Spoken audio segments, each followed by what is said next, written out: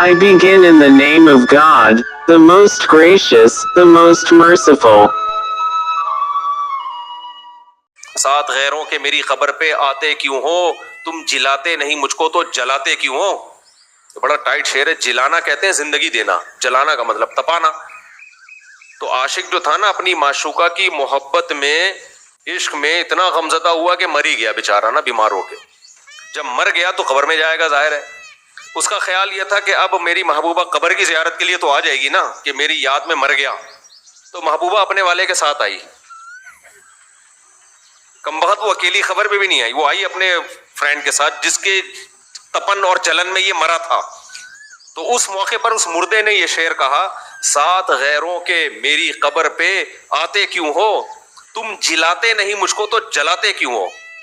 तुम जिंदा नहीं कर सकते, होना तो ये चाहिए था तुम मुझे जिंदा करते यार, मेरी याद में मर गया। अब डॉक्टरों से हम कोशिश करते हैं इसको दोबारा जिंदा करने की। तो कह रहे तुम जिलाते नहीं मुझको तो जलाते क्यों, तो और तपा रहे हो मुझे। प्रतापचंद्र को प्रयाग कॉलेज में पढ़ते 3 साल हो चुके थे। इतने काल में उसने अपने सहपाठियों और गुरुजनों की दृष्टि में विशेष प्रतिष्ठा प्राप्त कर ली थी। कॉलेज के जीवन का कोई ऐसा अंग न था जहां उनकी प्रतिभा न प्रदर्शित हुई हो। प्रोफेसर उस पर अभिमान करते और छात्रगण उसे अपना नेता समझते हैं। जिस प्रकार क्रीड़ा क्षेत्र में उसका हस्तलाघव प्रशंसनीय था, उसी प्रकार व्याख्यान भवन में उसकी योग्यता और सूक्ष्मदर्शिता प्रमाणित थी। कॉलेज से संबद्ध एक मित्र सभा स्थापित की गई थी। नगर के साधारण सभ्य जन, कॉलेज के प्रोफेसर और छात्रगण सब उसके सभासद थे। प्रताप इस सभा का उज्ज्वल चंद्र था। यहाँ देशिक और सामाजिक विषयों पर विचार हुआ करते थे। प्रताप की वक्तृताएं ऐसी ओजस्विनी और तर्कपूर्ण होती थीं कि प्रोफेसरों को भी उसके विचार और विषयान्वेषण पर आश्चर्य होता था। उसकी वक्तृता और उसके खेल दोनों ही प्रभावपूर्ण होते थे। जिस समय वह अपने साधारण वस्त्र पहने हुए प्लेटफॉर्म पर जाता, उस समय सभास्थित लोगों की आंखें उसकी ओर एकटक देखने लगती और चित्त में उत्सुकता और उत्साह की तरंगें उठने लगती। उसका वाक्चातुर्य, उसका संकेत और मृदुल उच्चारण, उसके अंगोपान की गति, सभी ऐसे प्रभाव पूरित होते थे मानो शारदा स्वयं उसकी सहायता करती है। जब तक वह प्लेटफॉर्म पर रहता, सभासदों पर एक मोहिनी सी छाई रहती। उसका एक एक वाक्य हृदय में भिद जाता और मुख से सहसा वाह वाह के शब्द निकल जाते। इसी विचार से उसकी वक्तृताएं प्रायः अंत में हुआ करती थी, क्योंकि बहुधा श्रोतागण उसी की वाक्तीक्ष्णता का आस्वादन करने के लिए आया करते थे। उनके शब्दों और उच्चारणों में स्वाभाविक प्रभाव था। साहित्य और इतिहास उसका अन्वेषण और अध्ययन के विशेष थे। जातियों की उन्नति और अवनति तथा उसके कारण और गति पर वह प्रायः विचार किया करता था। इस समय उसके इस परिश्रम और उद्योग के प्रेरक तथा वर्धवक विशेषकर श्रोताओं के साधुवाद ही होते थे और उन्हीं को वह अपने कठिन परिश्रम का पुरस्कार समझता था। हाँ, उसके उत्साह की यह गति देखकर यह अनुमान किया जा सकता था कि वह होनहार बिरवा आगे चलकर कैसे फूल फूल लाएगा और कैसे रंग रूप निकालेगा। अभी तक उसने क्षण भी के लिए भी इस पर ध्यान नहीं दिया था कि मेरे आगामी जीवन का क्या स्वरूप होगा। कभी सोचता कि प्रोफेसर हो जाऊंगा और खूब पुस्तकें लिखूंगा, कभी वकील बनने की भावना करता, कभी सोचता यदि छात्रवृत्ति प्राप्त होगी तो सिविल सर्विस का उद्योग करूंगा। किसी एक और मन नहीं टिकता था। परंतु प्रतापचंद्र उन विद्यार्थियों में से न था जिनका सारा उद्योग वक्तृता और पुस्तकों ही तक परिमित रहता है।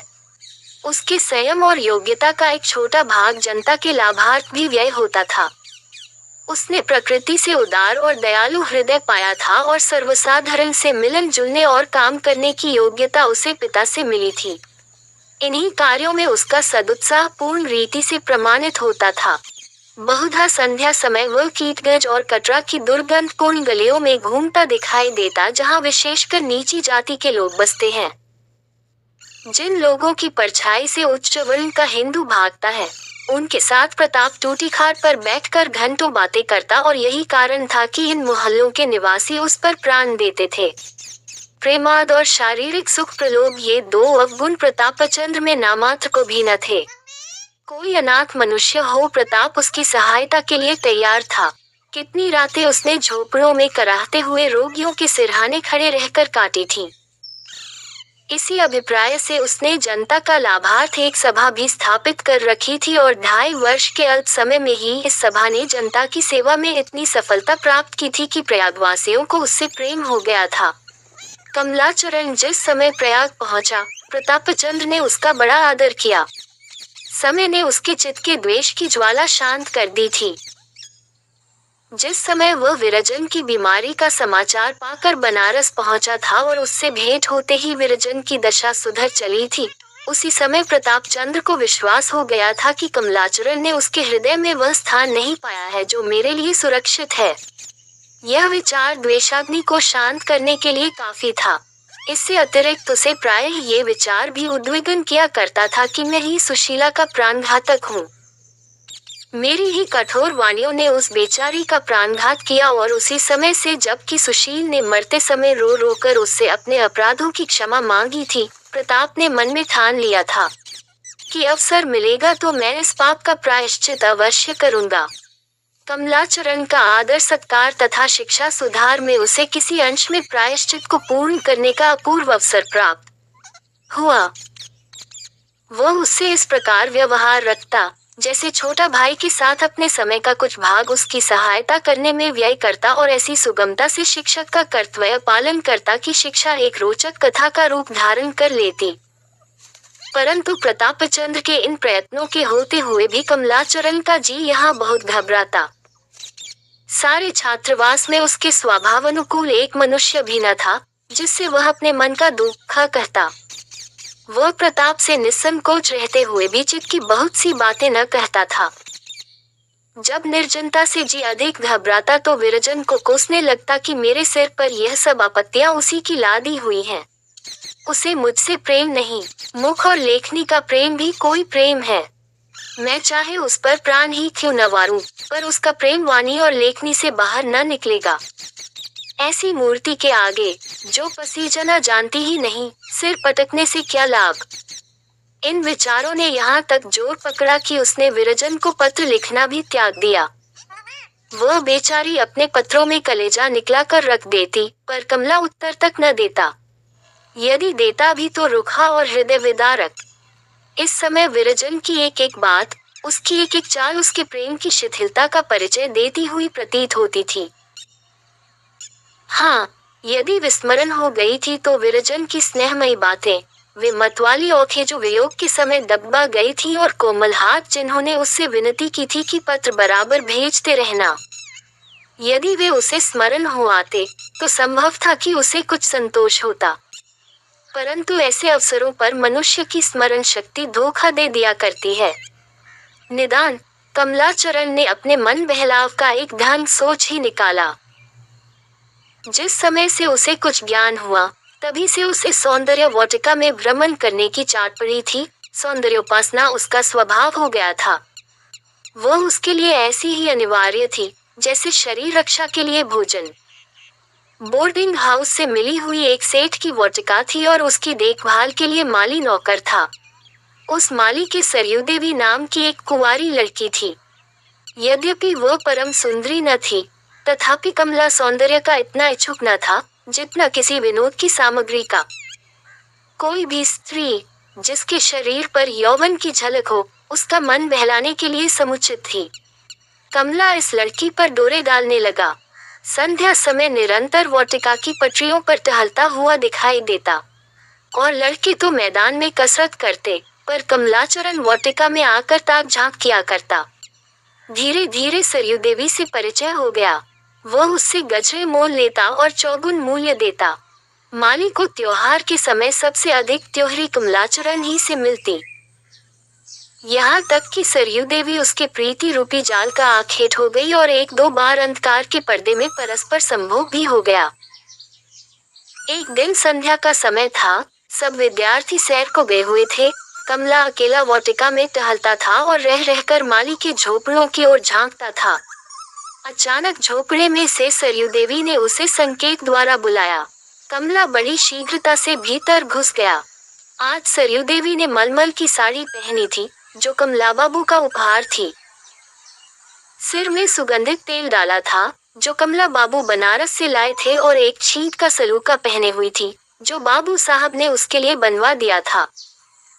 आज वह अपनी दृष्टि में परम सुंदरी प्रतीत होती थी, नहीं तो कमला जैसा धनी मनुष्य उस पर क्यों पान देता। कमला खटोले पर बैठा हुआ सरयू देवी के हाव भाव को मतवाली दृष्टि से देख रहा था। उसे उस समय सरयू देवी ब्रजरानी से किसी प्रकार कम सुंदरी नहीं दिख पड़ती थी। वर्ण में तनिक सा अंतर था, पर यह ऐसा कोई बड़ा अंतर नहीं।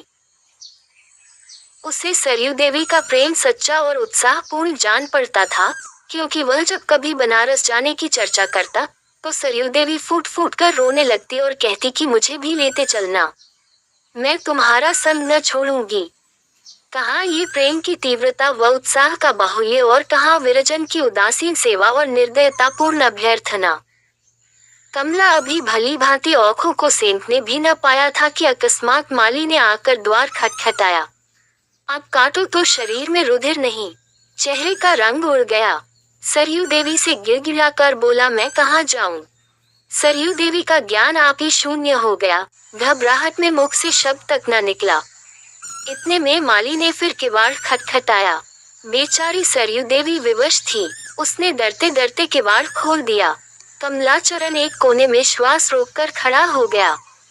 जिस प्रकार बलिदान का बकरा कटार के तले तड़पता है, उसी प्रकार कोने में खड़े हुए कमला का कलेजा धड़क रहा था। वह अपने जीवन से निराश था और ईश्वर को सच्चे हृदय से स्मरण कर रहा था और कह रहा था कि इस बार इस आपत्ति से मुक्त हो जाऊंगा तो फिर कभी ऐसा काम न करूंगा। इतने में माली की दृष्टि उस पर पड़ी। पहले तो घबराया, फिर निकट आकर बोला, ये कौन खड़ा है, ये कौन है। इतना सुनना था कि कमलाचरण झपट कर बाहर निकला और फाटक की ओर जी छोड़कर भागा। माली एक डंडा हाथ में लिए, लेना लेना, भागने न पाए, कहता हुआ पीछे पीछे दौड़ा।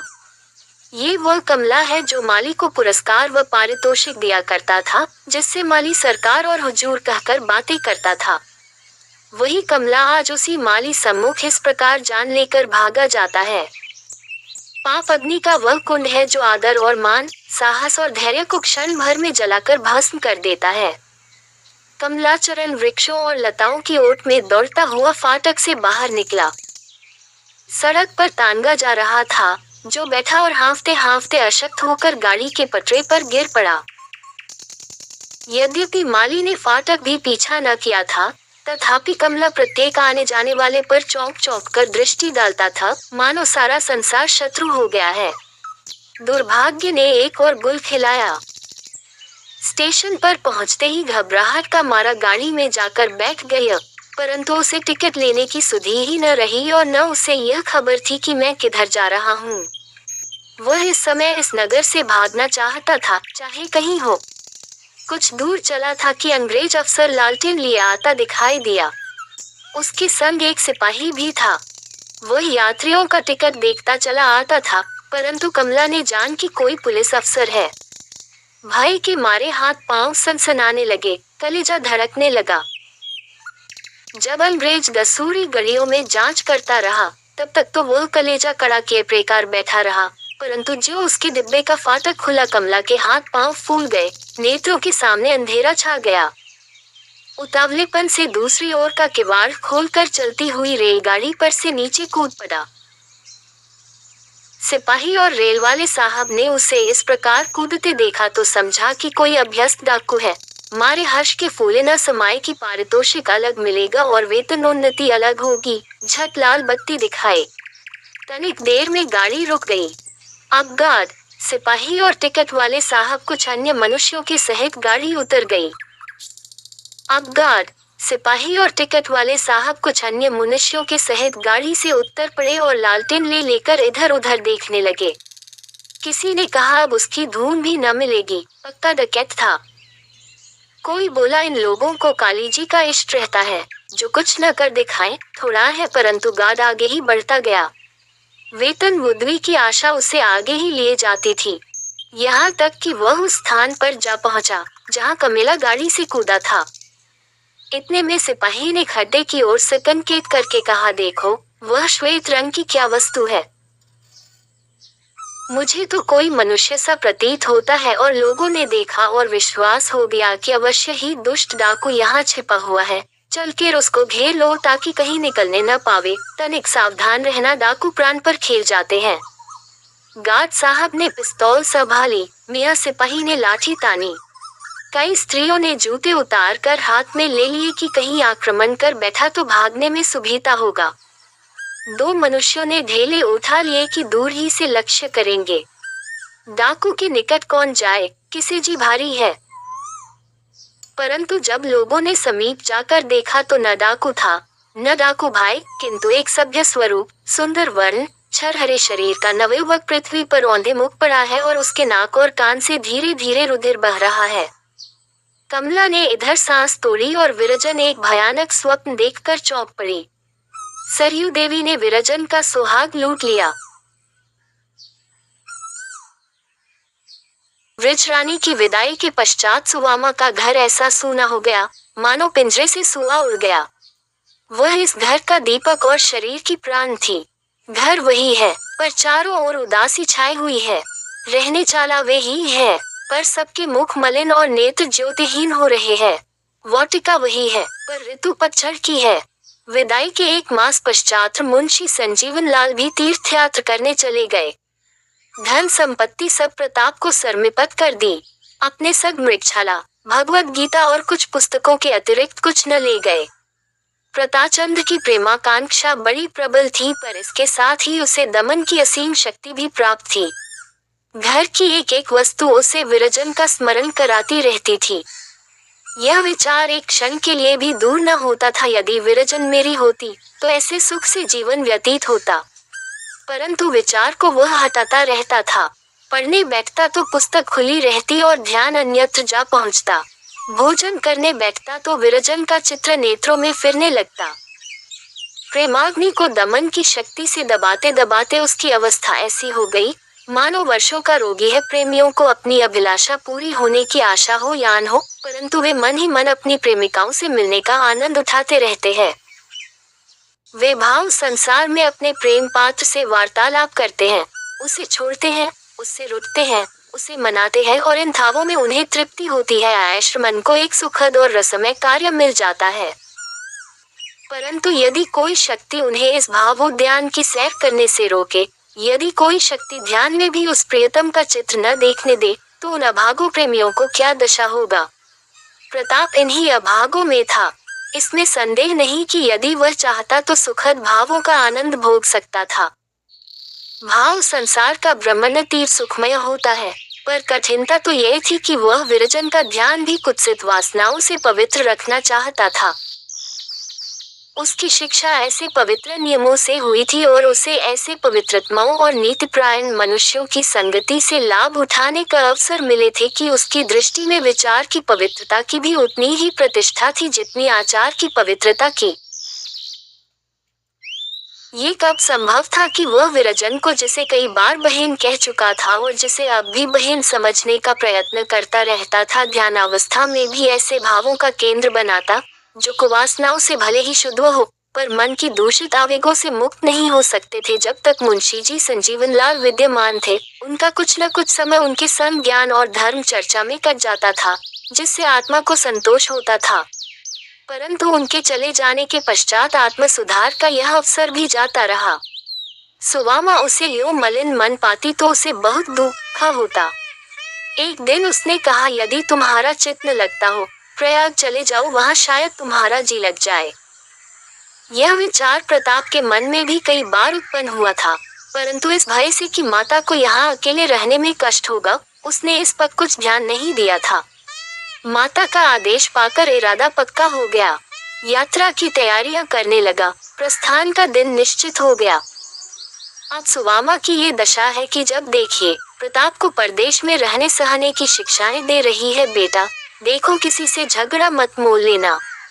झगड़ने की तुम्हारी वैसे भी आदत नहीं है, परंतु समझा देती हूँ। परदेश की बात है, फूंक फूंक कर पग धरना, खाने पीने में असंयम न करना। तुम्हारी यह बुरी आदत है कि जड़ों में सायंकाल ही सो जाते हो, फिर कोई कितना ही बुलाए पर जागते ही नहीं। ये स्वभाव परदेश में भी बना रहे तो तुम्हें सांझ का भोजन काहे को मिलेगा। दिन को थोड़ी देर के लिए सो लिया करना। तुम्हारी आंखों में तो दिन को जैसे नींद नहीं आती। उसे जब अवकाश मिला बेटी को ऐसी समयोचित शिक्षाएं दिया करती। निदान प्रस्थान का दिन आ ही गया। गाड़ी 10 बजे दिन को छूटती थी। प्रताप ने सोचा विरजन से भेंट कर लूं। परदेश जा रहा हूँ, फिर न जाने कब भेंट हो। चित्त को उत्सुक किया। माता से कह बैठा। सुवामा बहुत प्रसन्न हुई। एक थाल में मोदक, समोसे और 2-3 प्रकार के मुरब्बे रखकर रधिया को दिए कि लल्लू के संग जा। प्रताप ने बाल बनवाए, कपड़े बदले। चलने को तो चला, पर ज्यों-ज्यों पग आगे उठाता है दिल बैठा जाता है। भांति भांति के विचार आ रहे हैं। विरजन न जाने क्या मन में समझे, क्या सन समझे। 4 महीने बीत गए, उसने एक चिट्ठी भी तो मुझे अलग से नहीं लिखी। फिर क्यों कर कहूँ कि मेरे मिलने से उसे प्रसन्नता होगी। अजी, अब उसे तुम्हारी चिंता ही क्या है। तुम मर भी जाओ तो वह आंसू न बहाए। यहाँ की बात और थी। वह अवश्य उसकी आंखों में खटकेगा। कहीं यह न समझे कि लालाजी बंधन कर्मा झे रिझाने आए हैं। इसी सोच विचार में गढ़ता चला जाता था, यहाँ तक कि श्यामाचरण का मकान दिखाई देने लगा। कमला मैदान टहल रहा था। उसे देखते ही प्रताप की वह दशा हो गई कि जो किसी चोर की दशा सिपाही को देखकर होती है। झट एक घर कर आड़ में छिप गया और रधिया से बोला, तू जा, ये वस्तुएं दे आ। मैं कुछ काम से बाजार जा रहा हूँ, लौटता हुआ जाऊंगा।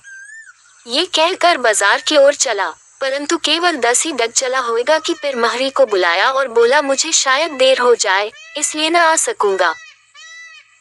कुछ पूछे तो यह चिट्ठी दे देना, कहकर जेब से पेंसिल निकाली और कुछ पंक्तियां लिखकर दे दी, जिससे उसके हृदय की दशा का भली भांति परिचय मिलता है। मैं आज प्रयाग जा रहा हूँ, अब वही पाऊंगा। जल्दी के कारण तुमसे नहीं मिल सका। जीवित रहूंगा तो फिर आऊंगा। कभी कभी अपने कुशल क्षेम की सूचना देती रहना।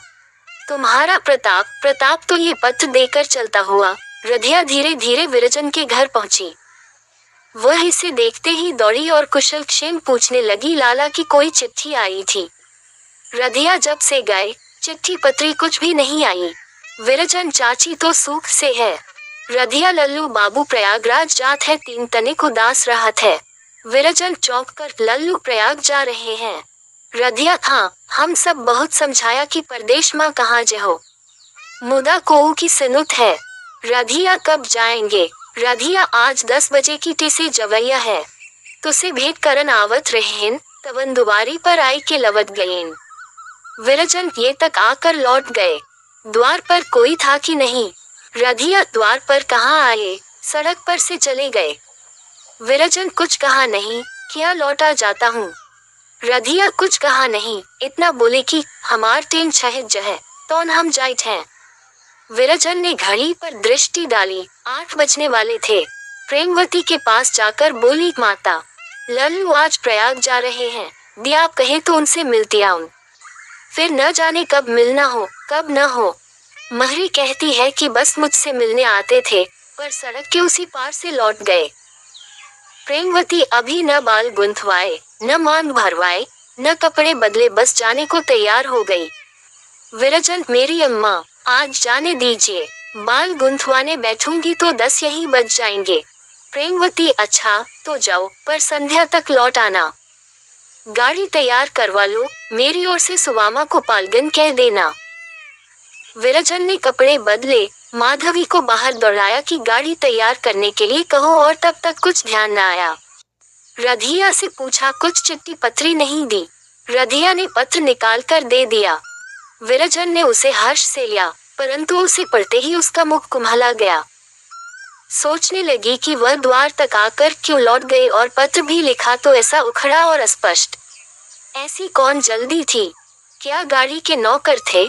दिन भर में अधिक नहीं तो 5-6 गाड़ियां जाती होंगी। क्या मुझसे मिलने के लिए उन्हें 2 घंटों का विलंब भी असह्य हो गया।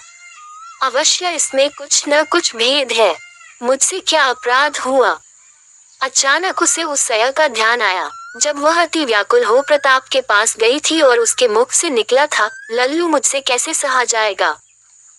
विरजन को अब से पहले कई बार ध्यान आ चुका कि मेरा उस समय उस दशा में जाना बहुत अनुचित था, परंतु विश्वास हो गया कि मैं अवश्य लल्लू की दृष्टि से गिर गई। मेरा प्रेम और मन अब उनके चित्त में नहीं है। एक ठंडी सांस लेकर बैठ गई और माधवी से बोली, कोचवान से कह दो अब गाड़ी न तैयार करें, मैं न जाऊंगी।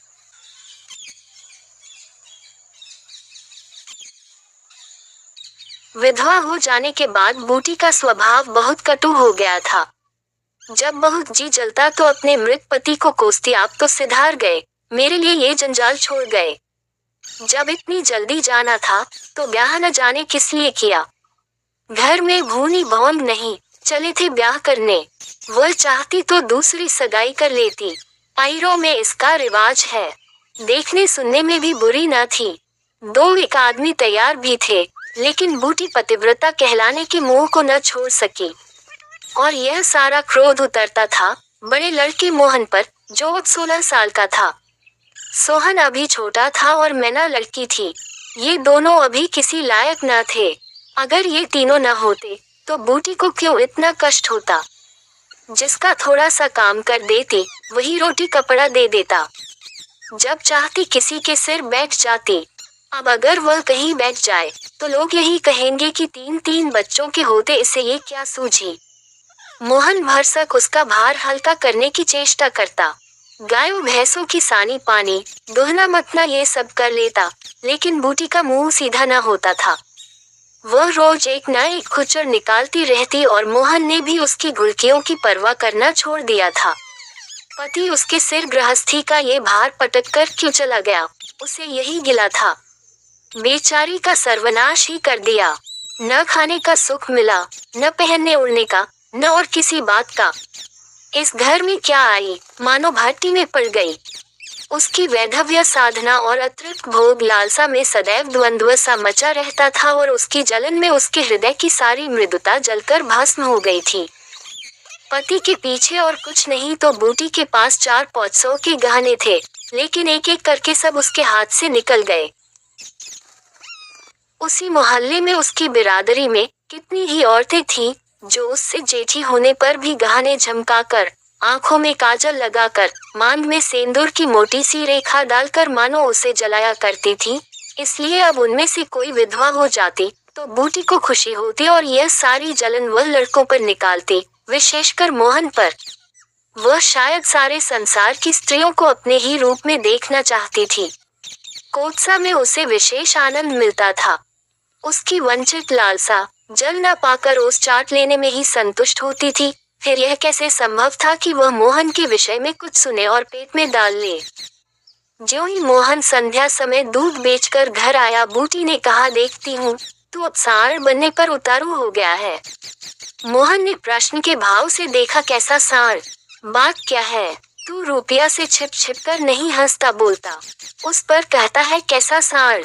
तुझे लाज नहीं आती। घर में पैसे पैसे की तंगी है और वहाँ उसके लिए पान लाए जाते हैं, कपड़े रंगाए जाते हैं। मोहन ने विद्रोह का भाव धारण किया। अगर उसने मुझसे 4 पैसे के पान मांगे तो क्या करता। कहता कि पैसे दे तो लाऊंगा। अपनी धोती रंगने को दी, उससे रंगाई मांगता। मोहल्ले में एक तू ही धन्ना सेठ है, और किसी से उसने क्यों न कहा।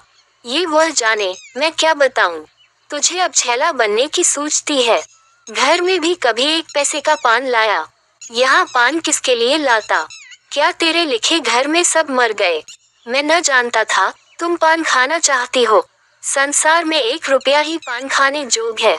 शौक सिंगार की भी तो उम्र होती है। बूटी जल उठी। उसे बुढ़िया कह देना उसकी सारी साधना पर पानी फेर देना था। बुढ़ापे में उन साधनों का महत्व ही क्या। जिस त्याग कल्पना के बल पर वह स्त्रियों के सामने सिर उठाकर चलती थी, उस पर इतना कुठार आघात। इन्हीं लड़कों के पीछे उसने अपनी जवानी धूल में मिला दी। उसके आदमी को मरे आज 5 साल हुए, तब उसकी चढ़ती जवानी थी। 3 बच्चे भगवान ने उसके गले मर दिए। नहीं, अभी वह है कई दिन की। चाहती तो आज वह भी ओठ लाल किए, पाँव में महावर लगाए, अनवट बिछुए पहने मटकती फिरती। ये सब कुछ उसने इन लड़कों के कारण त्याग दिया और आज मोहन उसे बुढ़िया कहता है। रुपया उसके सामने खड़ी कर दी जाए तो चुहिया सी लगे। फिर भी वह जवान है, आयर बूटी बुढ़िया है। बोली हाँ और क्या, मेरे लिए तो अब फटे चिथड़े पहनने के दिन हैं। जब तेरा बाप मरा तो मैं रुपया से 2 ही 4 साल बड़ी थी। उस वक्त कोई घर लेती तो तुम लोगों का कहीं पता न लगता। गली गली भीख मांगते फिरते। लेकिन मैं कह देती हूँ, अगर तू फिर उससे बोला तो या तो तू ही घर में रहेगा या मैं ही रहूंगी। मोहन ने डरते डरते कहा, मैं उसे बात दे चुका हूँ अम्मा। कैसी बात? सगाई की। अगर रुपया मेरे घर में आई तो झाड़ू मारकर निकाल दूंगी। ये सब उसकी माँ की माया है। वह कुटनी मेरे लड़के को मुझसे छीने लेती है। रानल से इतना भी नहीं देखा जाता। चाहती है कि उसे सौत बनाकर छाती रा बैठा दे। मोहन ने व्यथित कंठ में कहा, अम्मा, ईश्वर के लिए चुप रहो। क्यों अपना पानी आप खो रही हो? मैंने तो समझा था 4 दिन में मैना अपने घर चली जाएगी, तुम अकेली पड़ जाओगी। इसलिए उसे लाने की बात सोच रहा था। अगर तुम्हें बुरा लगता है तो जाने दो। तू आज से यहीं आंगन में सोया कर और गायें भैंसें बाहर पड़ी रहेंगी। पड़ी रहने दे, कोई डाका नहीं पड़ा जाता। मुझ पर तुझे इतना संदेह है? हाँ, तो मैं यहाँ न सोऊंगा।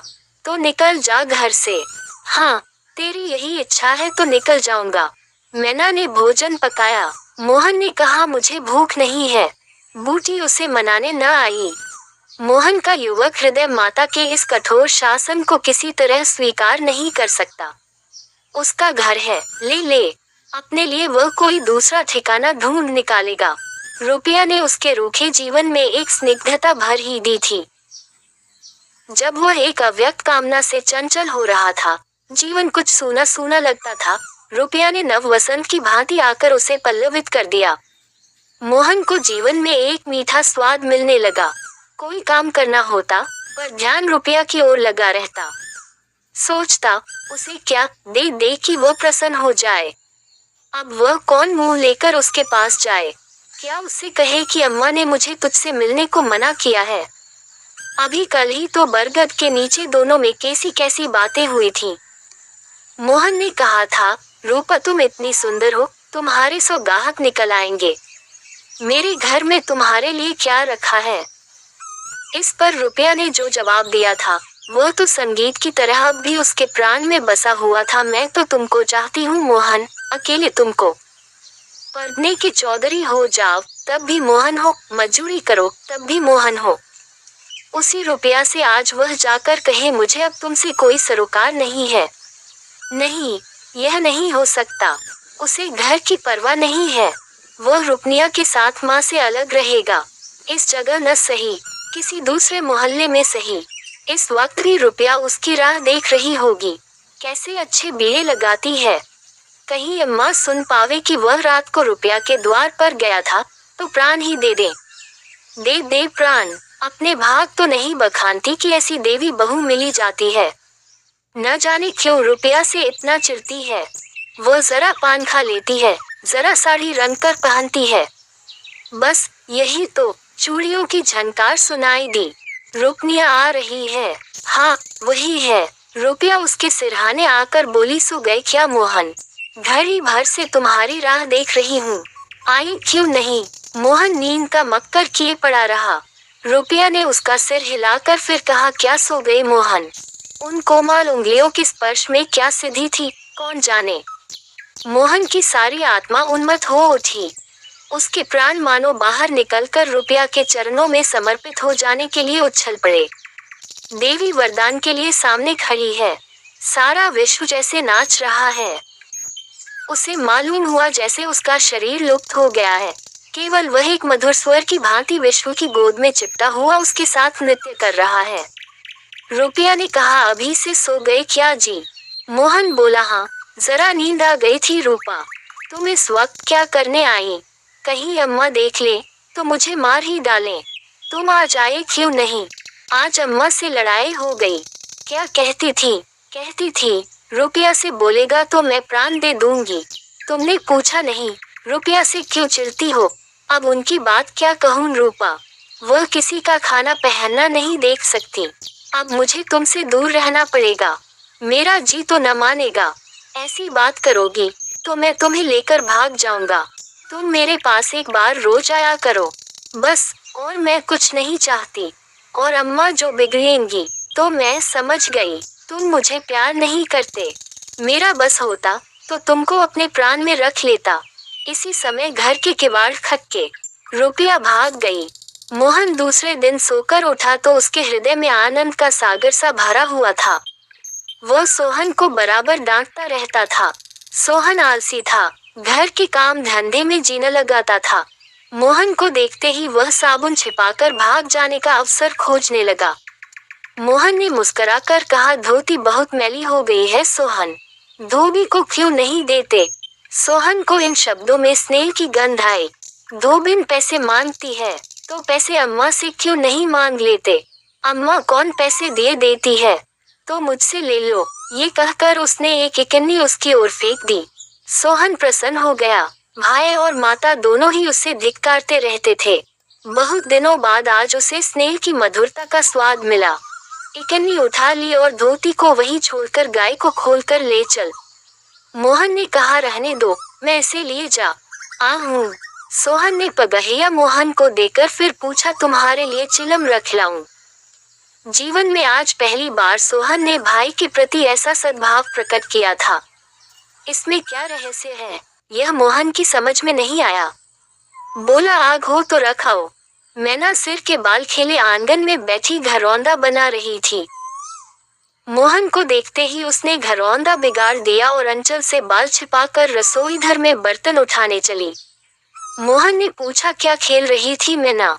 मैना डरी हुई बोली, कुछ नहीं तो। तू तो बहुत अच्छे घरौंदे बनाती है, जरा बना देखूं। मैना का रुआ सा चेहरा खिल उठा। प्रेम के शब्द में कितना जादू है। मुंह से निकलते ही जैसे सुगंध फैल गई। जिसने सुना उसका हृदय खिल उठा। जहाँ भय था वहाँ विश्वास चमक उठा। जहाँ कटुता थी वहाँ अपनापा छलक पड़ा। चारों ओर चेतनता दौड़ गई। कहीं आलस्य नहीं, कहीं खिन्नता नहीं। मोहन का हृदय आज प्रेम से भरा हुआ है। उसमें सुगंध का विकर्षण हो रहा है। मैना घरौंदा बनाने बैठ गई। मोहन ने उसके उलझे हुए बालों को सुलझाते हुए कहा, तेरी गुड़िया का ब्याह कब होगा मैना? नेवता देख कुछ मिठाई खाने को मिले। मैना का मन आकाश में उड़ने लगा। जब भैया पानी मांगे तो वह लोटे को राख से खूब चमाचम करके पानी ले जाएगी। अम्मा पैसे नहीं देती, गुड्डा तो ठीक हो गया है। टीका कैसे भेजूं? कितने पैसे लेगी? 1 पैसे के बतासे लूंगी और 1 पैसे का रंग। जोड़े तो रंगे जाएंगे कि नहीं? तो 2 पैसे में तेरा काम चल जाएगा। हाँ, 2 पैसे दे दो भैया, तो मेरी गुड़िया का ब्याह धूमधाम से हो जाए। मोहन ने 2 पैसे हाथ में लेकर मैना को दिखाए। मैना लपकी। मोहन ने हाथ ऊपर उठाया। मैना ने हाथ पकड़कर नीचे खींचना शुरू किया। मोहन ने उसे गोद में उठा लिया। मैना ने पैसे ले लिए और नीचे उतरकर नाचने लगी। फिर अपनी सहेलियों को विवाह का नेवता देने के लिए भागी। उसी वक्त बूटी गोबर का झावा लिए आ पहुंची। मोहन को खड़े देखकर कठोर स्वर में बोली, अभी तक मटरगस्ती ही हो रही है। भैंस कब दुही जाएगी? आज बूटी को मोहन ने विद्रोह भरा जवाब न दिया, जैसे उसके मन में माधुर्य का कोई सोता सा खुल गया हो। माता को गोबर का बोझ लिए देखकर उसने झावा उसके सिर से उतार लिया। बूटी ने कहा, रहने दे, जाकर भैंस दो, मैं तो गोबर ले जाती हूँ। तुम इतना भारी बोझ क्यों उठा लेती हो? मुझे क्यों नहीं बुझला लेती? माता का हृदय वात्सल्य से गदगद हो उठा। तू जा अपना काम देख, हम मेरे पीछे क्यों पड़ता है? गोबर निकालने का काम मेरा है, और दूध कौन दुहेगा? वह भी मैं करूँगा। तू इतना बड़ा जोधा है कि सारे काम कर लेगा। जितना कहता हूँ उतना कर लूँगा। तो मैं क्या करूँगी? तुम लड़कों से काम लो, जो तुम्हारा धर्म है। मेरी सुनता है कोई? मोहन बाजार से दूध पहुंचाकर लौटा तो पान, कत्था, सुपारी, एक छोटा सा पानदान और थोड़ी सी मिठाई लाया। बूटी बिगड़कर बोली, आज पैसे कहीं फालतू मिल गए थे क्या? इस तरह उड़ावेगा तो कई दिन निबाह होगा। मैंने तो 1 पैसा भी नहीं उड़ाया अम्मा। पहले मैं समझता था तुम पान खाती ही नहीं, तो अब मैं पान खाऊंगी। हाँ, और क्या? जिसके 2 जवान बेटे हों, क्या वह इतना शौक भी न करे? बूटी के सूखे कठोर हृदय में कहीं से कुछ हरियाली निकल आई। एक नन्ही सी कोम्पल थी, उसके अंदर कितना रस था। उसने मैना और सोहन को एक एक मिठाई दे दी और एक मोहन को देने लगी। मिठाई तो लड़कों के लिए लाया था अम्मा, और तू तो बूढ़ा हो गया। क्यों? इन लड़कों का सामने तो बूढ़ा ही हूँ, लेकिन मेरे सामने तो लड़का ही है। मोहन ने मिठाई ले ली। मैना ने मिठाई पाते ही गप से मुंह में डाल ली थी। वह केवल मिठाई का स्वाद जीभ पर छोड़कर कब की गायब हो चुकी थी। मोहन को ललचाए आंखों से देखने लगी। मोहन ने आधा लड्डू तोड़कर मैना को दे दिया। एक मिठाई दोने में बची थी। बूटी ने उसे मोहन की तरफ बढ़ाकर कहा, लाया भी तो इतनी सी मिठाई, ये ले ले। मोहन ने आधी मिठाई मुंह में डालकर कहा, वह तुम्हारा हिस्सा है अम्मा। तुम्हें खाते देखकर मुझे जो आनंद मिलता है, उसमें मिठास से ज्यादा स्वाद है। उसने आधी मिठाई सोहन और आधी मोहन को दे दी, फिर पानदान खोलकर देखने लगी। आज जीवन में पहली बार उसे यह सौभाग्य प्राप्त हुआ। धन्य भाग के पति के राज में जिस विभूति के लिए तरसती रही, वह लड़के के राज में मिली। पानदान में कई कुल्हियां हैं, और देखो, 2 छोटी छोटी चिमचियां भी हैं। ऊपर कड़ा लगा हुआ है, जहाँ चाहो लटका कर ले जाओ। ऊपर की तश्तरी में पान रखे जाएंगे। ज्यों ही मोहन बाहर चला गया, उसने पानदान को मांज धोकर उसमें चूना, कत्था भरा, सुपारी काटी, पान को भिगोकर तश्तरी में रखा। तब एक बीड़ा लगाकर खाया।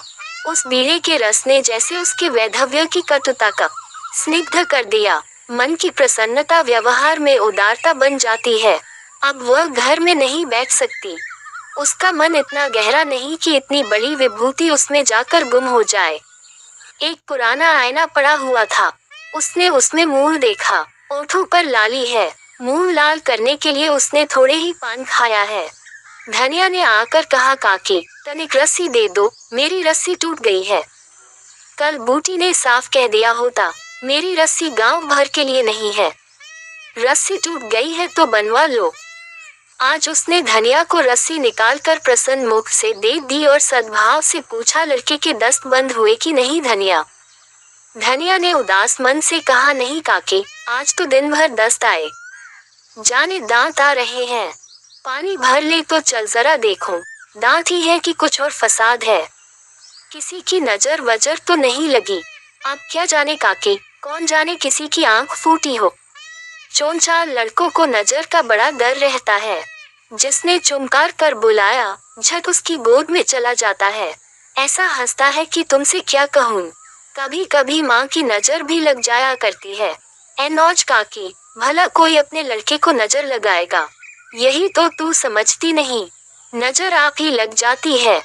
धनिया पानी लेकर आई तो बूटी उसके साथ बच्चे को देखने चली। तू अकेली है, आजकल घर के काम धंधे में बड़ा अंस होता होगा। नहीं काकी, रुपया आ जाती है, घर का कुछ काम कर देती है, नहीं अकेले तो मेरी मरण हो जाती। बूटी को आश्चर्य हुआ। रुपया को उसने केवल तितली समझ रखा था। रुपया? हाँ काकी, बेचारी बड़ी सीधी है, झाड़ू लगा देती है, चौका बर्तन कर देती है, लड़के को संभालती है। गाढ़े समय कौन किसी की बात पूछता है काकी? उसे तो अपने मिस्सी काजल से छुट्टी न मिलती होगी। ये तो अपनी अपनी रुचि है काकी। मुझे तो इस मिस्सी काजल वाली ने जितना सहारा दिया, उतना किसी भक्तिन ने न दिया। बेचारी रात भर जागती रही, मैंने कुछ दे तो नहीं दिया। हाँ, जब तक जीऊंगी उसका जस गाऊंगी। तू उसके गुण अभी नहीं जानती धनिया। पान के लिए पैसे कहाँ से आते हैं, किनारदार साड़ियाँ कहाँ से आती हैं, मैं इन बातों में नहीं पड़ती काकी। फिर शौक सिंगार करने को किसका जी नहीं चाहता। खाने पहनने की यही तो उम्र है। धनिया ने बच्चे को खटोले पर सुला दिया। बूटी ने बच्चे के सिर पर हाथ रखा, पेट में धीरे धीरे उंगली गड़ा कर देखा। नाभि पर हींग का लेप करने को कहा। रुपया बेनिया लाकर उसे झलने लगी। बूटी ने कहा, ला बेनिया मुझे दे दे, मैं दुला दूंगी तो क्या छोटी हो जाऊंगी। तू दिन भर यहाँ काम धंधा करती है, थक गई होगी। तुम इतनी भली मानस हो, और यहाँ लोग कहते थे वह बिना गाली के बात नहीं करती। मारे डर के तुम्हारे पास न आई। बूटी मुस्कुराई। लोग झूठ तो नहीं कहते। मैं आंखों की देखी मानूं कि कानों की सुनी। कह तो दी होगी। दूसरी लड़की होती तो मेरी ओर से मुंह फेर लेती, मुझे जलाती, मुझसे ऐठती। इसे तो जैसे कुछ मालूम ही न हो सकता है कि मोहन ने इससे कुछ कहा ही न हो। हाँ, यही बात है। आज रुपया बूटी को बड़ी सुंदर लगी। ठीक तो है, अभी शौक सिंगार न करेगी तो कब करेगी? शौक सिंगार इसलिए बुरा लगता है कि ऐसे आदमी अपने भोग विलास में मस्त रहते हैं। किसी के घर में आग लग जाए, उनसे मतलब नहीं। उनका काम तो खाली दूसरों को रिझाना है। जैसे अपने रूप की दुकान सजाए, राह चलतों को बुलाती हूँ कि जरा इस दुकान की सैर भी करते जाए। ऐसे उपकारी प्राणियों का सिंगार बुरा नहीं लगता, नहीं, बल्कि और अच्छा लगता है। इससे मालूम होता है कि इसका रूप जितना सुंदर है, उतना ही मन भी सुंदर है। फिर कौन नहीं चाहता कि लोग उनके रूप की बखान करें। किसी दूसरों की आंखों में छुप जाने की लालसा नहीं होती। बूटी का यौवन कब का विदा हो चुका, फिर भी ये लालसा उसे बनी हुई है। कोई उसे रस भरी आंखों से देख लेता है तो उसका मन कितना प्रसन्न हो जाता है। जमीन पर पांव नहीं पड़ते। फिर रूपा तो अभी जवान है। उस दिन से रूपा प्रायः 2-1 बार नित्य बूटी के घर आती। बूटी ने मोहन से आग्रह करके उसके लिए अच्छी सी साड़ी मंगवा दी।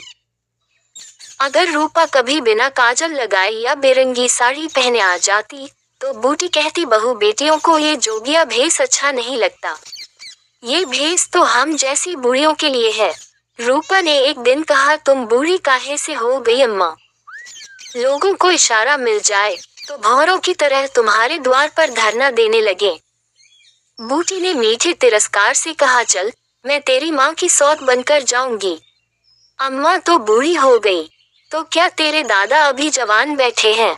हाँ, ऐसा, बड़ी अच्छी मिट्टी है उनकी।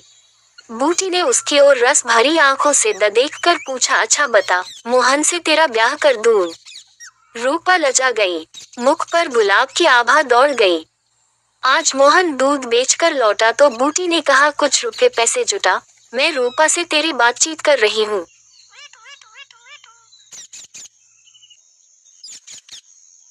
जब मेरे मकान के सामने सड़क की दूसरी तरफ एक पान की दुकान खुली तो मैं बाग हो उठा।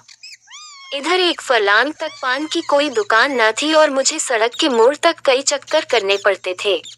कभी वहाँ कई मिनट तक दुकान के सामने खड़ा रहना पड़ता था। चौराहा है, ग्राहकों की हरदम भीड़ रहती है। यह इंतजार मुझको बहुत बुरा लगता था। पान की लत मुझे कब पड़ी और कैसे पड़ी ये तो अब याद नहीं आता, लेकिन अगर कोई बनाकर गिलोरियां देता जाए तो शायद मैं कभी इनकार न करूं। आमदनी का बड़ा हिस्सा नहीं तो छोटा हिस्सा जरूर पान की भेंट चढ़ जाता है। कई बार इरादा किया कि पानदान खरीद लूं, लेकिन पानदान खरीदना कोई खला जी का घर नहीं और फिर मेरे लिए तो हाथी खरीदने से किसी तरह कम नहीं है।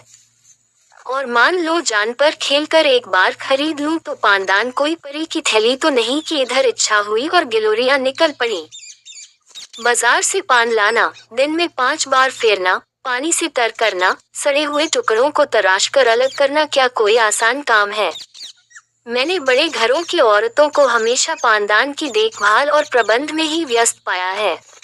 इतना सरदर्द उठाने की क्षमता होती तो आज मैं भी आदमी होता। और अगर किसी तरह यह मुश्किल भी हल हो जाए तो सुपारी कौन काटे? यहाँ तो सरौते की सूरत देखते ही कपकपी छूटने लगती है। जब कभी ऐसी ही कोई जरूरत आ पड़ी जिसे टाला नहीं जा सकता तो सिल पर बट्टे से तोड़ लिया करता हूँ, लेकिन सरौते से काम लूँ ये गैर मुमकिन।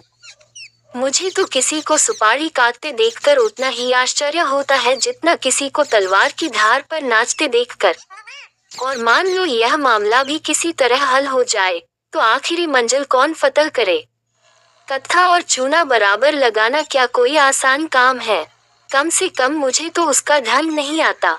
जब इस मामले में वे लोग रोज गलतियां करते हैं तो इस कला में दक्ष हैं तो मैं भला किस खेत की मूली हूँ? तमोली ने अगर चूना ज्यादा कर दिया था कत्था और ले लिया, उस पर उसे एक डांट भी बताए, आंसू पूंछ गए। मुसीबत का सामना तो उस वक्त होता है जब किसी दोस्त के घर जाया। पान अंदर से आई तो इसके सिवाय कि जानबूझकर मक्खी निगले, समझबूझकर जहर का घूंट गले से नीचे उतारे और चारा ही क्या है। शिकायत नहीं कर सकते, सभ्यता बाधक होती है। कभी कभी पान मुंह में डालते ही ऐसा मालूम होता है कि जीभ पर कोई चिनगारी पड़ गई। गले से लेकर छाती तक किसी ने पारा गरम करके उड़ेल दिया, मगर घुटकर रह जाना पड़ता है। अंदाजे में इस हद तक गलती हो जाए ये तो समझ में आने वाली बात नहीं। मैं लाख अनाड़ी हूँ लेकिन कभी इतना ज्यादा चूना नहीं डालता। हाँ, 2-4 छाले पड़ जाते हैं तो मैं समझता हूँ यही अंतपुर के कोप की अभिव्यक्ति है। आखिर वह आपकी जातियों का प्रोटेस्ट क्यों करें? खामोश बायकॉट से आप राजी नहीं होते, दूसरा कोई हथियार उनके हाथ में है नहीं। भावों की कमान और बरौनियों का नेजा और मुस्कुराहट का तीर उस वक्त बिल्कुल कोई असर नहीं करते जब आप आंखें लाल किए, आस्तीने समेटे इसलिए आसमान सर पर उठा लेते हैं कि नाश्ता और पहले क्यों नहीं तैयार हुआ। तब सालन में नमक और पान में चूना ज्यादा कर देने के सिवाय बदला लेने का उनके हाथ में और क्या साधन रह जाता है। खैर, 3-4 दिन के बाद एक दिन मैं सुबह के वक्त तंबोलिन की दुकान पर गया तो उसने मेरी फरमाइश पूरी करने में ज्यादा मुस्तैदी न दिखलाई। 1 मिनट तक तो पान फेरती रही, फिर अंदर चली गई और कोई मसाला लिए हुए निकली। मैं दिल में खुश हुआ कि आज बड़े विधिपूर्वक गिलोरिया बना रही है, मगर अब भी वह सड़क की ओर प्रतीक्षा की आंखों से ताक रही थी कि जैसे दुकान के सामने कोई ग्राहक ही नहीं, और ग्राहक भी कैसा, जो उसका पड़ोसी है और दिन में 20 ही बार आता है। तब तो मैंने जरा झुंझला कर कहा, मैं कितनी देर से खड़ा हूँ, कुछ इसकी भी खबर है? तंबोलिन ने क्षमा याचना के स्वर में कहा, हाँ बाबूजी, आपको देर तो बहुत हुई लेकिन 1 मिनट और ठहर जाए। बुरा न मानिएगा बाबूजी, आपके हाथ की बोहनी अच्छी नहीं है। कल आपकी बोहनी हुई थी, दिन में कुल 6 आने की बिक्री हुई। परसों भी आप ही की बोहनी थी, 8 आने के पैसे दुकान में आए थे। इसके पहले 2 दिन पंडित जी की बोहनी हुई थी, दोपहर तक 2.5 रुपए आ गए थे। कभी किसी का हाथ अच्छा नहीं होता बाबूजी। मुझे गोली सी लगी। मुझे अपने भाग्यशाली होने का कोई दवा नहीं है, मुझसे ज्यादा अभागे दुनिया में नहीं होंगे। इस साम्राज्य का अगर मैं बादशाह नहीं तो कोई ऊंचा मनसबदार जरूर हूँ, लेकिन यह मैं कभी गवारा नहीं कर सकता कि नहुसत का दाग बर्दाश्त कर लूं। कोई मुझसे बोहनी न कराए, लोग सुबह को मेरा मुंह देखना अपशकुन समझे, ये तो घोर कलंक की बात है। मैंने पान तो ले लिया लेकिन दिल में पक्का इरादा कर लिया कि इस नहुसत के दाग को मिटाकर ही छोड़ूंगा। अभी अपने कमरे में आकर बैठा ही था कि मेरे एक दोस्त आ गए। बाजार साग भाजी लेने जा रहे थे। मैंने उनसे अपनी तंबोलिन की खूब तारीफ की। वह महाशय जरा सौंदर्य प्रेमी थे और मजाकिया भी। मेरी ओर शरारत भरी नजरों से देखकर बोलग, इस वक्त तो भाई मेरे पास पैसे नहीं है और न अभी पानों की जरूरत ही है। मैंने कहा, पैसे मुझसे ले लो। हाँ, यह मंजूर है, मगर कभी तकाजा मत करना। ये तो टेढ़ी खीर है, तो क्या मुफ्त में किसी की आंख में चढ़ना चाहते हो? मजबूर होकर उन हजरत को एक धोली पान के दाम दिए। इसी तरह जो मुझसे मिलने आया उससे मैंने तंबोलिन का बखान किया। दोस्तों ने मेरी खूब हंसी उड़ाई, मुझ पर खूब फप्तियां कसी। मुझे छिपे रुस्तम, भगत जी और न जाने क्या क्या नाम दिए गए, लेकिन मैंने सारी आफतें हंस कर टाली। ये दाग मिटाने की मुझे धुन सवार हो गई। दूसरे दिन जब मैं तंबोलिन की दुकान पर गया तो उसने फौरन पान बनाए और मुझे देती हुई बोली, बाबूजी, कल तो आपकी बोहनी बहुत अच्छी हुई, कोई 3.5 रुपए आए। अब रोज बोहनी करा दिया करो। 3-4 दिन लगातार मैंने दोस्तों से सिफारिशें की, तंबोलिन की स्तुति गाए और अपनी गिरह से पैसे खर्च करके सुरखरुई हासिल की। लेकिन इतने ही दिनों में मेरे खजाने में इतनी कमी हो गई कि खटकने लगी। ये स्वांग अब ज्यादा दिनों तक न चल सकता था, इसलिए मैंने इरादा किया कि कुछ दिनों उसकी दुकान से पान लेना छोड़ दूं। जब मेरी बोहनी ही न होगी तो मुझे उसकी बिक्री की क्या फिक्र होगी। दूसरे दिन हाथ मुंह धोकर मैंने एक इलायची खा ली और अपने काम पर लग गया। लेकिन मुश्किल से आधा घंटा बीता हो कि किसी की आहट मिली। आंख ऊपर को उठाता हूँ तो तंबोलिन गिलोरिया लिए सामने खड़ी मुस्कुरा रही है। मुझे इस वक्त उसका आना जी पर बहुत भारी गुजरा, लेकिन इतनी बेमुरौवती भी तो न हो सकती थी कि दुत्कार दूं। बोला, तुमने नाहक तकलीफ की, मैं तो आ ही रहा था। तंबोलिन ने मेरे हाथ में गिलोरिया रखकर कहा, आपको देर हुई तो मैंने कहा मैं ही चलकर बोहनी कराऊं। दुकान पर ग्राहक खड़े हैं, मगर किसी की बोहनी नहीं की। क्या करता, गिलोरिया खाई और बोहनी कराई। जिस चिंता से मुक्ति पाना चाहता था, वह फर फंदे की तरह गर्दन पर चिपई हुई थी। मैंने सोचा था, मेरे दोस्त 2-4 दिन तक उसके यहाँ पान खाएंगे तो आप ही उससे हिल जाएंगे और मेरी सिफारिश की जरूरत न रहेगी। मगर तंबोलिन शायद पान के साथ अपने रूप का भी कुछ मोल करती थी, इसलिए एक बार जो उसकी दुकान पर गया, दोबारा न गया। 1-2 रसिक नौजवान अभी तक आते थे। वह लोग एक ही हंसी में पान और रूप दर्शन दोनों का आनंद उठाकर चलते बने थे। आज मुझे अपनी साख बनाए रखने के लिए फिर पूरे 1.5 रुपए खर्च करने पड़े। बधिया बैठ गई। दूसरे दिन मैंने दरवाजा अंदर से बंद कर लिया, मगर जब तंबोलिन ने नीचे से चीखना, चिल्लाना और खटखटाना शुरू किया तो मजबूरन दरवाजा खोलना पड़ा। आंखें मलता हुआ नीचे गया, जिससे मालूम हो कि आज नींद आ गई थी। फिर बोहनी करानी पड़ी और फिर वही बला सर पर सवार हुई। शाम तक 2 रुपए का सफाया हो गया। आखिर इस विपत्ति से छुटकारा पाने का यही एक उपाय रह गया कि वह घर छोड़ दूं। मैंने वहां से 2 मील पर एक अनजान मोहल्ले में एक मकान ठीक किया और रातों रात असबाब उठवाकर वहां जा पहुंचा।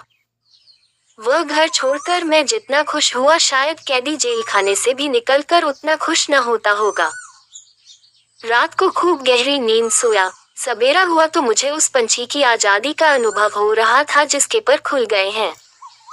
बड़े इत्मीनान से सिगरेट पिया, मुंह हाथ धोया, फिर अपना सामान ढंग से रखने लगा।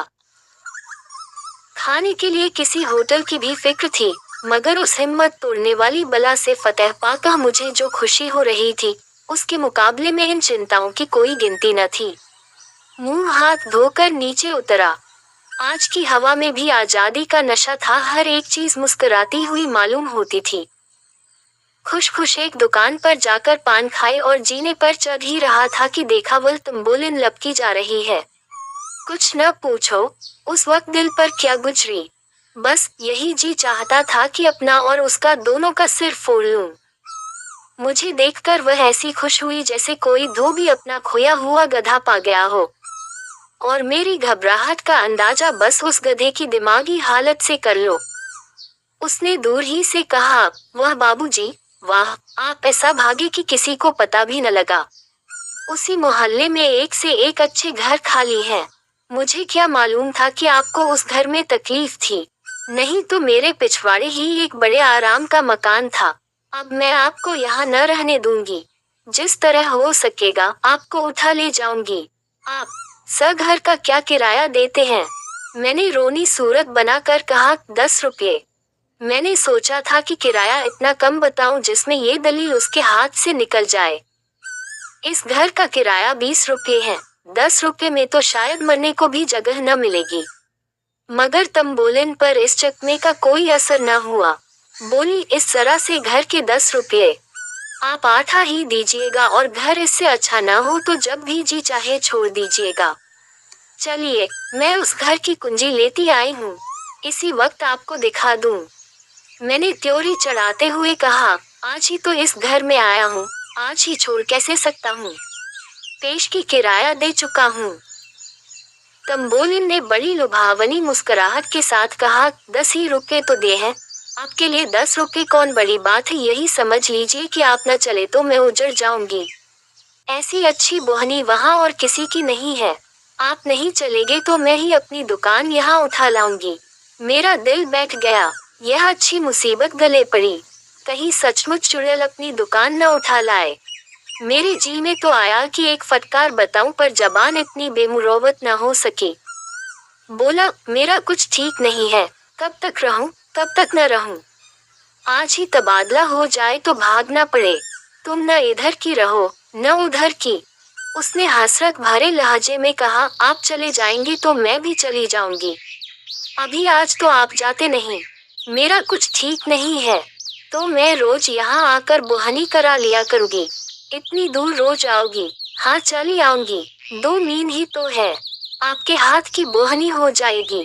ये लीजिए गिलोरिया लाई हूँ, बोहनी तो करा दीजिए। मैंने गिलोरिया ली, पैसे दिए और कुछ गश किसी हालत में ऊपर जाकर चारपाई पर लेट गया। अब मेरी अक्ल कुछ काम नहीं करती कि इन मुसीबतों से क्यों कर गला छुड़ाऊं। तब से इसी फिक्र में पड़ा हुआ हूँ। कोई भागने की राह नजर नहीं आती। सुरखरू भी रहना चाहता हूँ, बेमुरौवती भी नहीं करना चाहता और इस मुसीबत से छुटकारा भी पाना चाहता हूँ। अगर कोई साहब मेरी इस करुण स्थिति पर मुझे ऐसा कोई उपाय बतला दे तो जीवन भर उसका कृतज्ञ रहूंगा।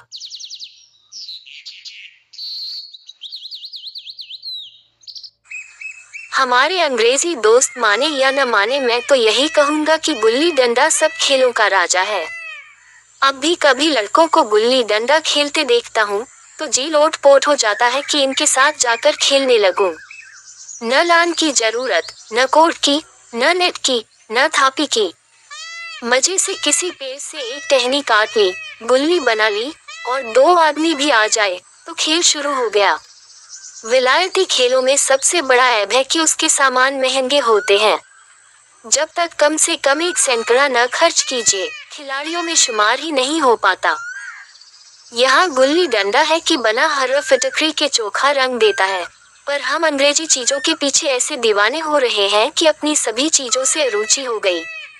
स्कूलों में हर एक लड़के से 3-4 रुपए सालाना केवल खेलने की फीस ली जाती है। किसी को यह नहीं सोचता कि भारतीय खेल खिलाएं जो बिना दाम कौड़ी के खेले जाते हैं। अंग्रेजी खेल उनके लिए हैं जिनके पास धन है। गरीब लड़कों के सिर क्यों यह व्यसन मरते हो? ठीक है, गुल्ली से ओक फूट जाने का भय रहता है, तो क्या क्रिकेट से सिर फूट जाने, तिल्ली फट जाने, टॉम टूट जाने का भय नहीं रहता? अगर हमारे माथे में गुल्ली का दाग आज तक बना हुआ है, तो हमारे कई दोस्त ऐसे भी हैं जो थापी को बैसाखी से बदल बैठे। यह अपनी अपनी रुचि है। मुझे गुल्ली की सब खेलों से अच्छी लगती है और बचपन की मीठी स्मृतियों में गुल्ली ही सबसे मीठी है। वो प्रातः काल घर से निकल जाना, वो पेड़ पर चढ़कर टहनियाँ काटना और गुल्ली डंडे बनाना, वो उत्साह, वह खिलाड़ियों के जमघटे, वो पदना और पदाना, वो लड़ाई झगड़े, वो सरल स्वभाव जिससे छूत अछूत, अमीर गरीब का बिल्कुल भेद न रहता था, जिसमें अमीराना चोचलों की, प्रदर्शन की, अभिमान की गुंजाइश ही न थी। यह उसी वक्त भूलेगा जब घर वाले बिगड़ रहे हैं, पिताजी चौके पर बैठे वेग से रोटियों पर अपना क्रोध उतार रहे हैं, अम्मा की दौड़ केवल द्वार तक है, लेकिन उनकी विचारधारा में मेरा अंधकार में भविष्य टूटी हुई नौक की तरह डगमगा रहा है और मैं हूँ कि पदाने में मस्त हूँ। न नहाने की सुधि है, न खाने की। गुल्ली है तो जरा सी, पर उसने दुनिया भर की मिठाइयों की मिठास और तमाशों का आनंद भरा हुआ है। मेरे हमजोलियों में एक लड़का गया नाम का था, मुझसे 2-3 साल बड़ा होगा। दुबला, बंदरों की सी लंबी लंबी पतली पतली उंगलियां, बंदरों की सी चपलता, वही झल्लाहट। गुल्ली कैसी ही हो, पर इस तरह लपकता था जैसे छिपकली कीड़ों पर लपकती है। मालूम नहीं उसके माँ बाप थे या नहीं, कहाँ रहता था, क्या खाता था, पर था हमारे गुल्ली क्लब का चैंपियन। जिसकी तरफ वह आ जाए उसकी जीत निश्चित थी। हम सब उसे दूर से आते देख उसका दौड़कर स्वागत करते थे और अपना गोया बना लेते थे। एक दिन मैं और गया 2 ही खेल रहे थे। वो पदा रहा था, मैं पद रहा था, मगर कुछ विचित्र बात है कि पदाने में हम दिन भर मस्त रह सकते हैं, पदना 1 मिनट का भी अखरता है। मैंने गला छुड़ाने के लिए सब चालें चली जो ऐसे अवसर पर शास्त्र विहित न होने पर भी क्षम्य है, लेकिन गया अपना दौड़ लिए बगैर मेरा पिन न छोड़ता था। मैं घर की ओर भागा। अननु या विनय का कोई असर न हुआ था। गया ने मुझे दौड़कर पकड़ लिया और डंडा तानकर बोला, मेरा दौड़ देकर जाओ। पदाया तो बड़े बहादुर बन के पदने के बेर क्यों भागे जाते हो?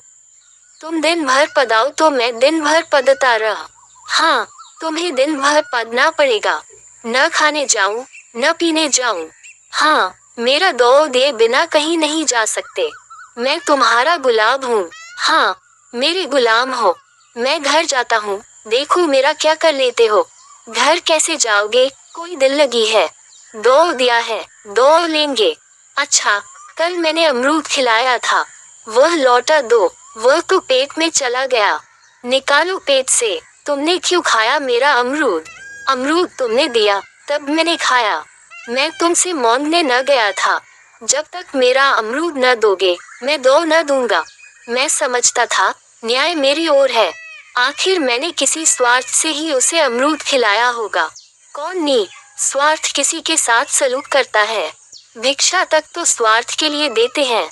जब गया ने अमरूद खाया, तो फिर उसे मुझसे दो लेने का क्या अधिकार है? रिश्वत देकर तो लोग खून पचा जाते हैं, यह मेरा अमरूद यूं ही हजम कर जाएगा। अमरूद पैसे के पौच वाले थे, जो गया के बाप को भी नसीब न होंगे। ये सरासर अन्याय था। गया ने मुझे अपनी ओर खींचते हुए कहा, मेरा दो देकर जाओ। अमरूद समरूद में नहीं जानता। मुझे न्याय का बल था, वह अन्याय पर डटा हुआ था। मैं हाथ छुड़ाकर भागना चाहता था, वह मुझे जाने न देता। मैंने उसे गाली दी, उसने उससे कड़ी गाली दी, और गाली ही नहीं, एक आ जमा दिया। मैंने उसे दौत काट लिया, उसने मेरी पीठ पर डंडा जमा दिया। मैं रोने लगा। गया मेरे इस अस्त्र का मुकाबला न कर सका। मैंने तुरंत आंसू पोंछ डाले, डंडे की चोट भूल गया और हंसता हुआ घर जा पहुंचा। मैं थानेदार का लड़का एक नीच जात के लौंडे के हाथों पिट गया। यह मुझे उस समय भी अपमानजनक मालूम हुआ, लेकिन घर में किसी से शिकायत न की। उन्हीं दिनों पिताजी का वहां से तबादला हो गया। नई दुनिया देखने की खुशी में ऐसा फूला कि अपने हमजोलियों से बिछुड़ जाने का बिल्कुल दुख न हुआ। पिताजी दुखी थे, वह बड़ी आमदनी की जगह थी। अम्मोन जी भी दुखी थी, यहाँ सब चीज सस्ती थी और मोहल्ले की स्त्रियों से घराव सा हो गया था। लेकिन मैं सारे खुशी के फूला न समाता था। लड़कों में जीत उड़ा रहा था। वहाँ ऐसे घर थोड़े ही होते हैं। ऐसे ऐसे ऊंचे घर हैं कि आसमान से बातें करते हैं। वहाँ के अंग्रेजी स्कूल में कोई मास्टर लड़कों को पीटे तो उसे जेहल हो जाए। मेरे मित्रों की फैली हुई आंखें और चकित मुद्रा बतला रही थी कि मैं उनकी निगाह में कितना स्पर्धा हो रही थी। मानो कह रहे थे, तू भगवान हो भाई, जाओ। हमें तो इसी उजल ग्राम में जीना भी है और मरना भी। 20 साल गुजर गए। मैंने इंजीनियरिंग पास की और उसी जिले का दौरा करता हुआ उसी कस्बे में पहुंचा और डाक बंगले में ठहरा। उस स्थान को देखते ही इतनी मधुर बाल स्मृतियां हृदय में जाग उठी कि मैंने छड़ी उठाए और कस्बे की सैर करने निकला। आँखें किसी प्यासे पथिक की भांति बचपन के उन क्रीड़ा स्थलों को देखने के लिए व्याकुल हो रही थी, पर उस परिचित नाम के सिवा वहां और कुछ परिचित न था। जहाँ खंडहर था, वहाँ पक्के मकान खड़े थे। जहाँ बरगद का पुराना पेड़ था, वहाँ अब एक सुंदर बगीचा था। स्थान की काया पलट हो गई थी। अगर उसके नाम और स्थिति का ज्ञान न होता, तो मैं उसे पहचान भी न सकता। बचपन की संचित और अमर स्मृतियां बहे खुले अपने उन पुराने मित्रों से गले मिलने को अधीर हो रही थी, मगर वह दुनिया बदल गई थी। ऐसा जी होता था कि उस धरती से लिपटकर रोऊं और कहूं, तुम मुझे भूल गई। मैं तो अब भी तुम्हारा वही रूप देखना चाहता हूँ। सहसा एक खुली जगह में मैंने 2-3 लड़कों को गुल्ली डंडा खेलते देखा। एक क्षण के लिए मैं अपने का बिल्कुल भूल गया कि मैं एक ऊंचा अफसर हूँ, साहबी ठाठ में, रौब और अधिकार के आवरण में। जाकर एक लड़के से पूछा, क्यों बेटे, यहाँ कोई गया नाम का आदमी रहता है? एक लड़के ने गुल्ली डंडा समेटकर सहमे हुए स्वर में कहा, कौन गया? गया चमार। मैंने यूं ही कहा, हाँ वही। गया नाम का कोई आदमी है तो शायद वही हो। हाँ है तो जरा उसे बुला सकते हो। लड़का दौड़ता हुआ गया और एक क्षण में एक पौच हाथ काले देव को साथ लिए आता दिखाई दिया। मैं दूर से ही पहचान गया। उसकी ओर लपकना चाहता था कि उसके गले लिपट जाऊं, पर कुछ सोचकर रह गया। बोला, कहो गया, मुझे पहचानते हो? गया ने झुककर सलाम किया, हाँ मालिक, भला पहचानूंगा क्यों नहीं। आप मजे में हो? बहुत मजे में। तुम अपनी कहा? डिप्टी साहब का साइस हूँ। मतई, मोहन, दुर्गा सब कहाँ हैं? कुछ खबर है? मतई तो मर गया। दुर्गा और मोहन दोनों डाकिया हो गए हैं। मैं तो जिले का इंजीनियर हूँ।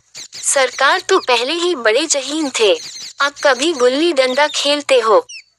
गया ने मेरी ओर प्रश्न भरी आंखों से देखा। अब गुल्ली डंडा क्या खेलूंगा सरकार, अब तो धंधे से छुट्टी नहीं मिलती।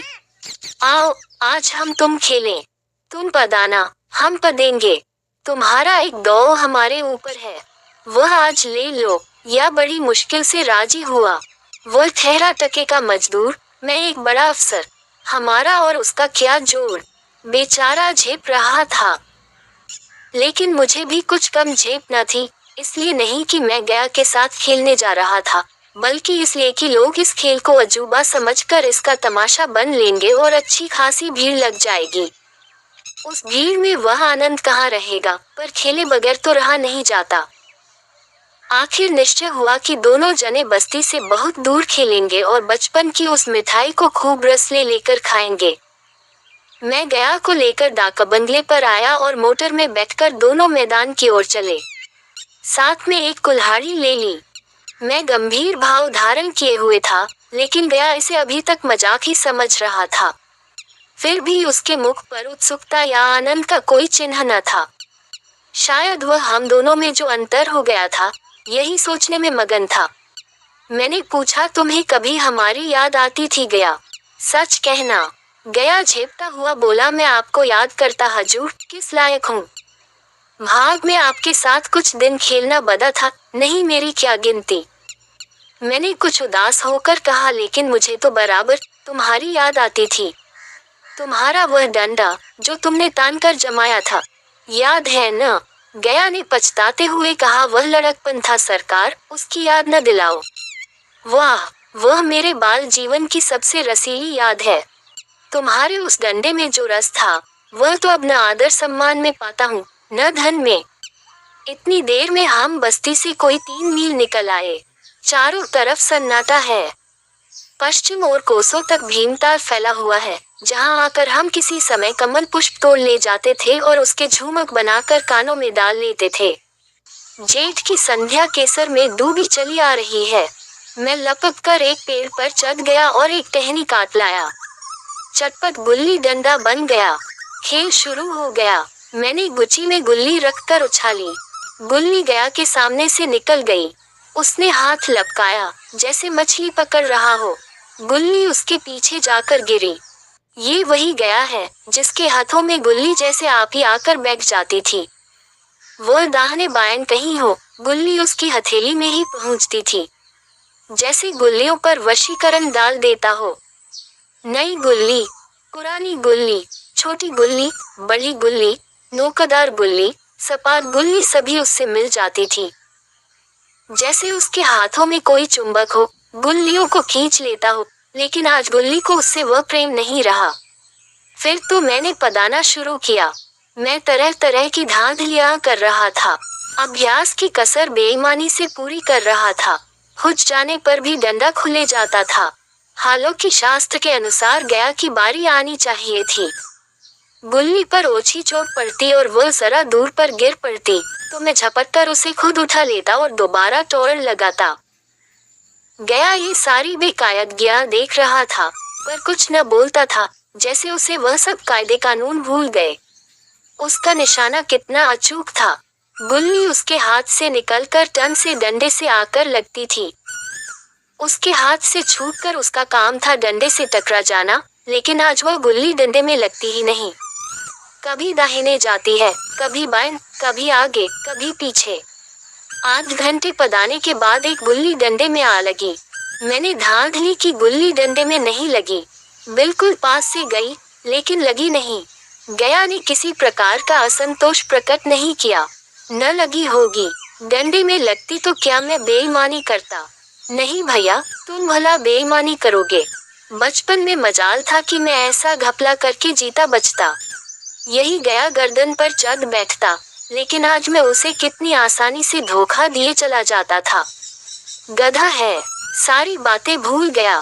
सहसा गुल्ली फिर डंडे से लगी और इतनी जोर से लगी, जैसे बंदूक छूटी हो। इस प्रमाण के सामने अब किसी तरह की धांधली करने का साहस मुझे इस वक्त भी न हो सका। लेकिन क्यों न एक बार सबको झूठ बताने की चेष्टा करूं। मेरा हरज की क्या है। मान गया तो वाह वाह, नहीं तो चार हाथ पदना ही तो पड़ेगा। अंधेरा का बहाना करके जल्दी से छुड़ा लूंगा, फिर कौन दो देने आता है। गया ने विजय के उल्लास में कहा, लग गई लग गई। टन से बोली। मैंने अनजान बनने की चेष्टा करके कहा, तुमने लगते देखा। मैंने तो नहीं देखा, टन से बोली है सरकार, और जो किसी ईंट से टकरा गई हो। मेरे मुख से यह वाक्य उस समय कैसे निकला, इसका मुझे खुद आश्चर्य है।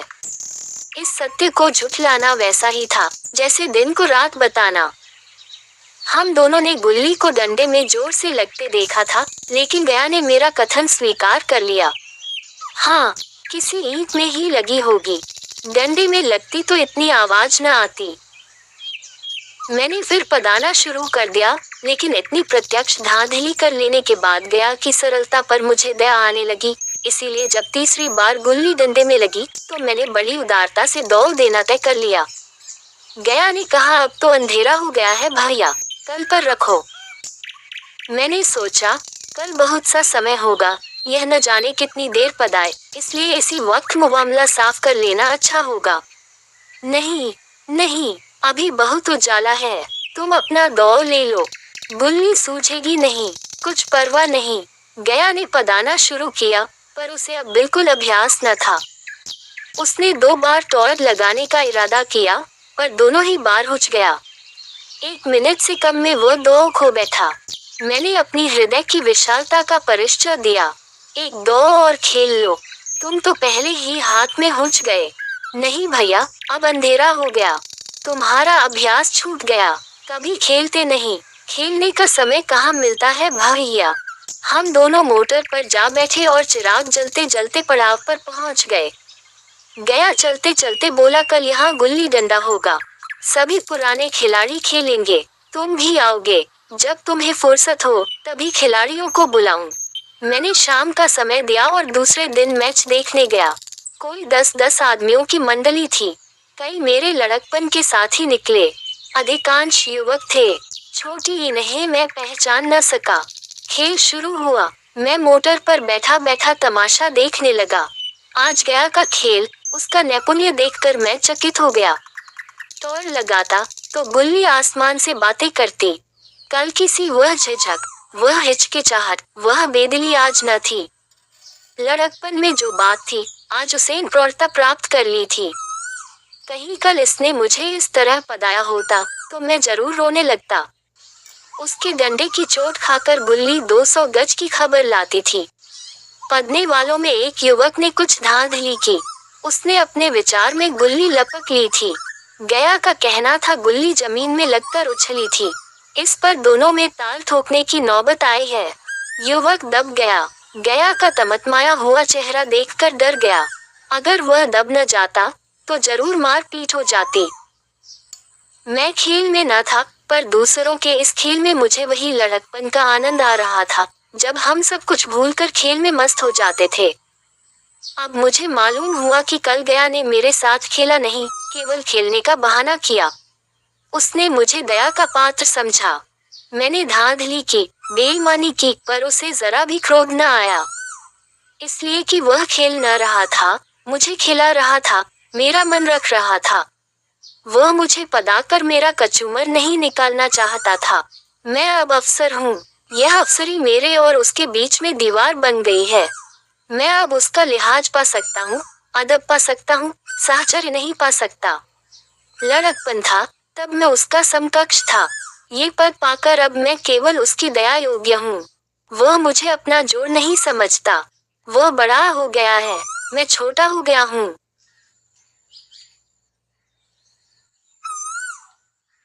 का शेर है ना, दिल गुलिस्तां था तो हर शय से टपकती थी बहार, दिल बयाबा हो गया आलम बयाबा हो गया। जब इंसान खुश होता है तो रेगिस्तानों में भी उसको बाग और बहार का मजा आता है, और जब अंदर से दिल बयाबान हो और उसमें ही कांटे चुभ रहे हो, परेशान हो, तो बागों में भी और गुलिस्तान में भी उसको सुकून नहीं मिलता। Subscribe and share and like and comment, but now as you like.